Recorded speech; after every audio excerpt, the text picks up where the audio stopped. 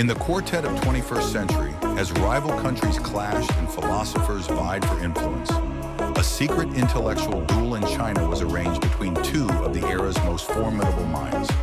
Confucius, the revered sage of ritual and benevolence, an offspring of Shangyang, the ruthless architect of legalist statecraft. An empire divided, a world in flames. As kings wage war with sword and fire, two men, armed only with words, prepare for a battle that will shape history. One, a sage of virtue, preaching mercy and tradition. The other, a strategist of steel, demanding order at any cost. Their weapons, ideas, their arena, a single room. Their stakes, the soul of a nation. No armies will clash today, but before this night is done, a king will choose, and a civilization will be forged in the fire of their debate. Confucius teaches virtue and peace. He says war is more wrong, a last resort. He hopes for harmony without violence. I respect his wish for peace, but I am Shangyang and I see the world differently. War is not a shame. War is a truth in my eyes. War is necessary for a strong and united state. First, war is necessary. A strong country that never fights will grow fat and lazy. In strong peace, people relax too much. They stop working hard, soldiers lose their courage, the nation become weak inside. War prevents this decay. It forces the lazy to become diligent and the timid to become brave. It also gives the people a common cause.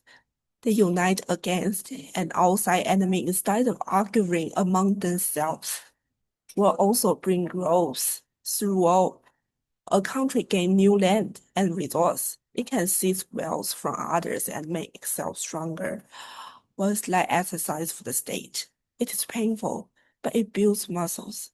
In fact, I do agree that when our enemies and other countries are in chaos, we should immediately make a war.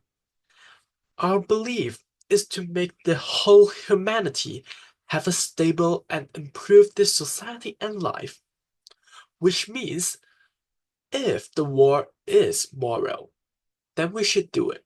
And what is moral? Moral reflects that how people could have a better living in the long terms, in short terms, and how their life would be at this second. So I'm fine with that.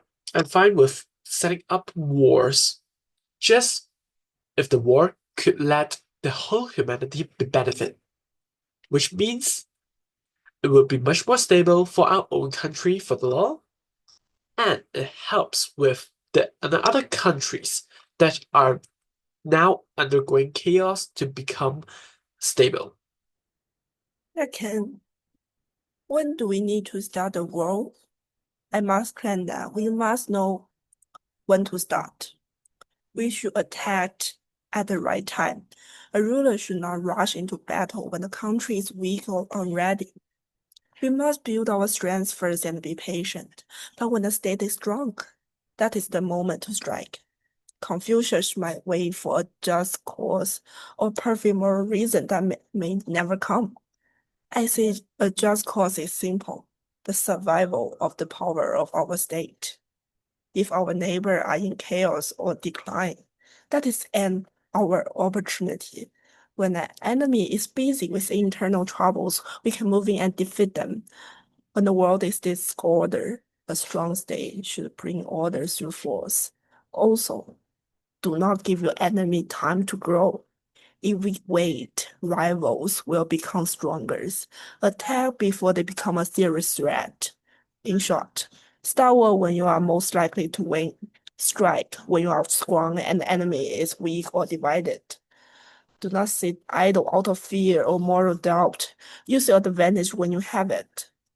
In fact, I do agree with that. It is just a tool. War is just a tool. However, learning is still the way, the road, the Tao. And moral knowledge, these are what we learn. Soldiers to be soldiers, farmers to be farmers. What you've mentioned is also our objective. But it is believed that we don't ought to just only use war to attain all of these. Instead, we can use learning. For instance, learning shooting arrows, it can still help our body, and it could still be used on protect ourselves. Another one is about learning musics, which could improve our mental knowledge and others. Another idea that you've raised is that war can make a strong country to become stronger by getting resources. I could have said that is wrong. However, there are a lot of limitations.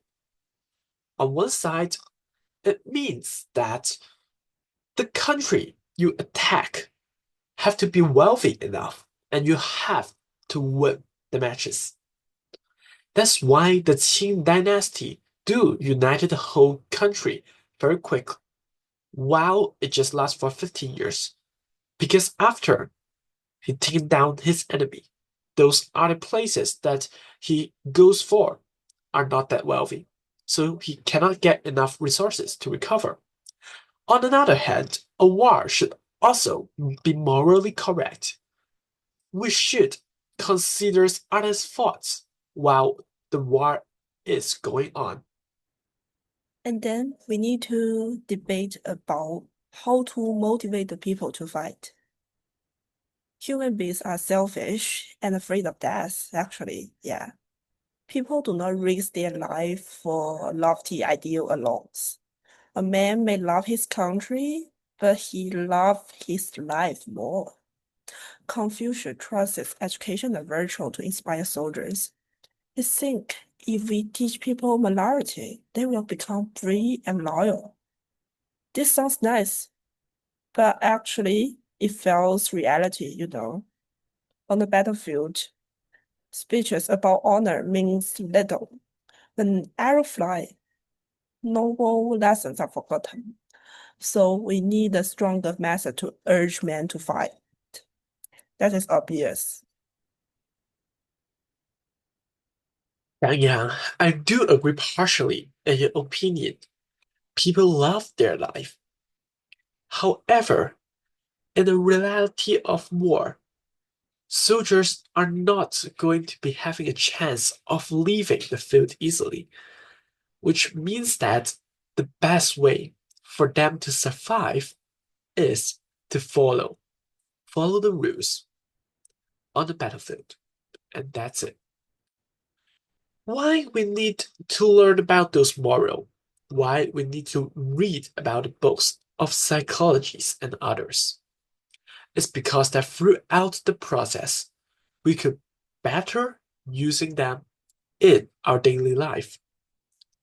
It is very important, and even in war days, it is also considered as daily lives. And this could help us in strategies of war. And these are all mentioned in Chun Chao, the spring and autumn. Finally, I want to conclude that only my system of strict laws and rewards can make the country strong and united. Confucius' path of gentle virtue cannot unify a chaotic land. Kind words do not build empires. Iron laws and hostile does. A state ruled by a soft principle will fall to a state ruled by firm laws. Yeah, a disciplined army will defeat an army that has passion but no disciplines. With strict laws, everyone knows their duty and the price of failures. With general rewards, everyone sees the benefit of success. This creates the unity of purpose. The whole nation moves with one will. No one dare to disobey, and all strive for honors. Such unities cannot be achieved by moral teaching alone. I believe that virtue comes after security, not before. Only a state made stable through law and war can afford to be generous and just. In a dangerous world, strength is the source of peace and order. So, We must gain strength first, then we can talk about minority. In conclusion, I argue that war guided by strict laws and rewards is not an evil but a necessity. While Confucius worried about the minority of war, I worried about the survival of the state. A peaceful and weak country will become a victim. A strong and warlike country will secure its future. War keeps the people active. Well-timed war bring advantages. Firm rewards and punishment inspire our soldiers, and a strict legal system unites us all. If we want our passion to stand all and unshakable, we must follow this principle. Only then we achieve lasting peace through victory. Me, Shangyang representative. You have both spoken well, the noble says at last, but these are not times for kindness. He turns to Shangyang. The king will hear your counsel. Confucius bows, his expression serene, but his eyes carry the weight of a future he already foresees. A state built on fear will not last, he murmurs, but men must learn this for themselves. We chose power, and it consumed us.